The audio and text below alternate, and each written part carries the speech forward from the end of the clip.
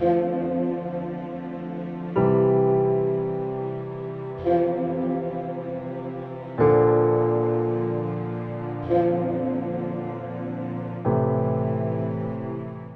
لیے آج کی تلاوت قضات کی کتاب اس کا 6 باب 11 تا 24 آیت تک۔ اور خداوند کا فرشتہ آیا اور عرفہ میں بلوت کے ایک درخت کے نیچے جو یواش بن عارزی کا تھا بیٹھا، اور اس کا بیٹا جدون کولو کے پاس گیہوں جھاڑ رہا تھا کہ مدیانیوں سے چھپائے رکھے۔ تو خداوند کا فرشتہ اسے دکھائی دیا اور اس سے کہا، اے بہادر مرد، خداوند تیرے ساتھ ہے۔ جدون نے اس سے کہا، اے میرے آقا، اگر خداوند ہمارے ساتھ ہے تو یہ تمام حادثے ہم پر کیوں واقع ہوئے، اور وہ سب معجزے اس کے کہاں ہیں جن کی بابت ہمارے باپ دادا نے ہم سے بیان کیا اور کہا کہ خداوند ہمیں ملک مصر سے نکال لایا، اور اب خداوند نے ہمیں چھوڑ دیا اور مدیان کے قبضے میں کر دیا۔ تب خداوند کے فرشتے نے اس پر نگاہ کی اور اس سے کہا کہ اپنی قوت میں جا اور اسرائیل کو میدان کے ہاتھ سے رہائی دے۔ دیکھ، میں نے تجھے بھیجا ہے۔ تو جدون نے اس سے کہا، اے میرے آقا، میں اسرائیل کو کیسے رہائی دوں گا؟ میرا گھرانہ مناسے میں سب سے حقیر گھرانہ ہے، اور میں اپنے باپ کے گھر میں سب سے چھوٹا ہوں۔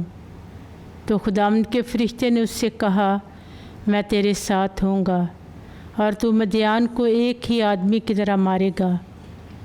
تب اس نے اس سے کہا، اگر میں تیرے نزدیک منظور نظر ہوں تو مجھے اس بات کا کوئی نشان دے کہ تو ہی ہے جس نے میرے ساتھ کلام کیا، جب تک کہ میں تیرے پاس نہ لوٹوں اور اپنا ہدیہ نکال نہ لاؤں اور تیرے آگے نہ رکھوں، تب تک تو یہاں سے نہ جا۔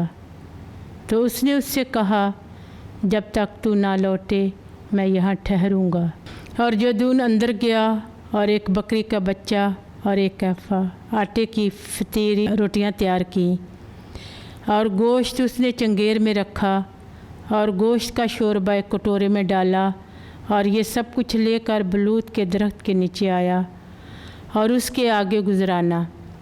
تب خداوند کے فرشتے نے اس سے کہا کہ گوشت اور فطیری روٹیوں کو لے کر اس چٹان پر رکھ، اور شوربہ اور اس پر انڈیل۔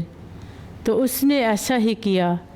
تب خداوند کے فرشتے نے اس عصا کی نوک سے جو اس کے ہاتھ میں تھا گوشت اور فطیری روٹی کو چھوا، تو اس چٹان میں سے آگ نکلی اور گوشت اور فطیری روٹیوں کو کھا گئی، اور خداوند کا فرشتہ اس کی آنکھوں سے غائب ہو گیا۔ تب جدون نے جانا کہ خداوند کا فرشتہ تھا۔ تو جدون نے کہا، اے مالک خداوند، میں نے خداوند کے فرشتے کو روبرو دیکھا۔ تو خداوند نے اس سے کہا، تیری سلامتی ہو، خوف نہ کر، کیونکہ تو نہ مرے گا۔ تب جدون نے وہاں پر خداوند کے لیے ایک مذبح بنایا اور اسے یہوہ شالوم کہا، اور وہ آج کے دن تک ابھی عارزیوں کے عرفہ میں موجود ہے۔ پاک کلام کے پڑھے اور سنے جانے پر خدا کی برکت ہو، خدا کا شکر ہو۔